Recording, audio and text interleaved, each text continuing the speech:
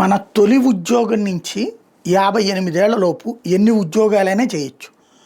ఒక 10 సంవత్సరాల పీఎఫ్ అంటే ఇప్పుడు ఒక 3 ఏళ్ళు చేసి ఆ తర్వాత 2 ఏళ్ళు చేయక అంటే పీఎఫ్ ఉన్న సంస్థలు చేసి ఆ తర్వాత పీఎఫ్ లేని సంస్థలో పనిచేసి మళ్ళీ పీఎఫ్ ఉన్న సంస్థలో పనిచేసి అట్లా ఓవరాల్గా మన 58 ఏళ్ల లోపు 21 ఏళ్ల నుంచి 58 ఏళ్ల లోపు ఒక 10 సంవత్సరాల పీఎఫ్ కనుక ఉంటే అది మనకి తర్వాతన బెనిఫిట్ అవుతుంది. ఎట్లా లైఫ్ లాంగ్ ఒక పీఎఫ్ వస్తూ ఉంటుంది.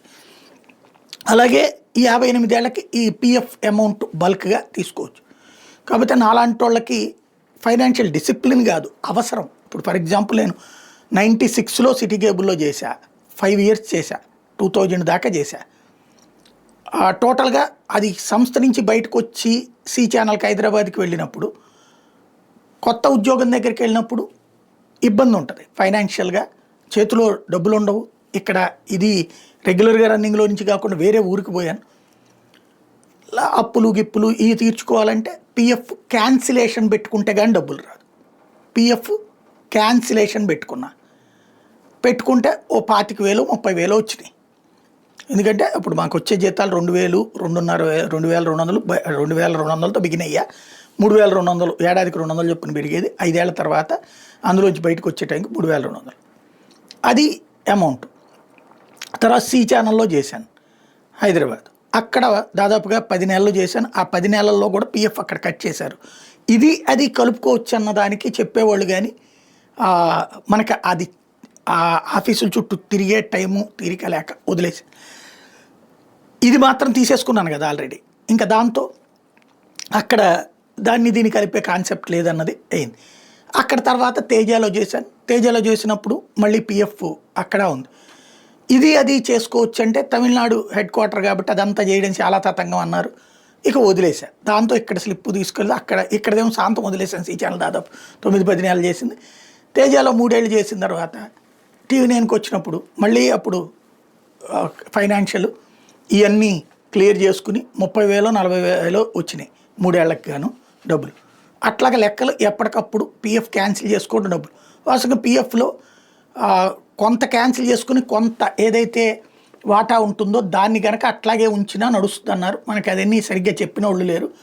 తీసేసుకున్నాం, వాడేసుకున్నాం, అయిపోయింది. ఇట్లాగా ఫైనల్గా జెమినీలో ఉన్నటువంటి సందర్భంలో దాదాపుగా 18.5 lakh దాకా పిఎఫ్ వచ్చింది. ఇది 10 years 7-8 years చేశాం కాబట్టి. అది తీసుకొచ్చి ఇంటి లోన్ క్లియర్ చేసుకుని, అంతకుముందు ఇంటి లోన్ ఉండేది, హౌసింగ్ లోన్ జెమినీలో ఉన్నప్పుడే తీసుకుంది, అది క్లియర్ చేసేసుకున్నాం. అంతకుముందు TV9 డబ్బులు అట్లాగే తీసేసుకున్నాం. ఇట్లా అప్పులు పట్టడం క్లియర్ చేసుకోవడం అట్లా. అంటే ఇట్లా నాలాంటి ఒక మధ్యతరగతి ఉద్యోగికి ఇట్లాగా సమస్యలు ఉంటాయి.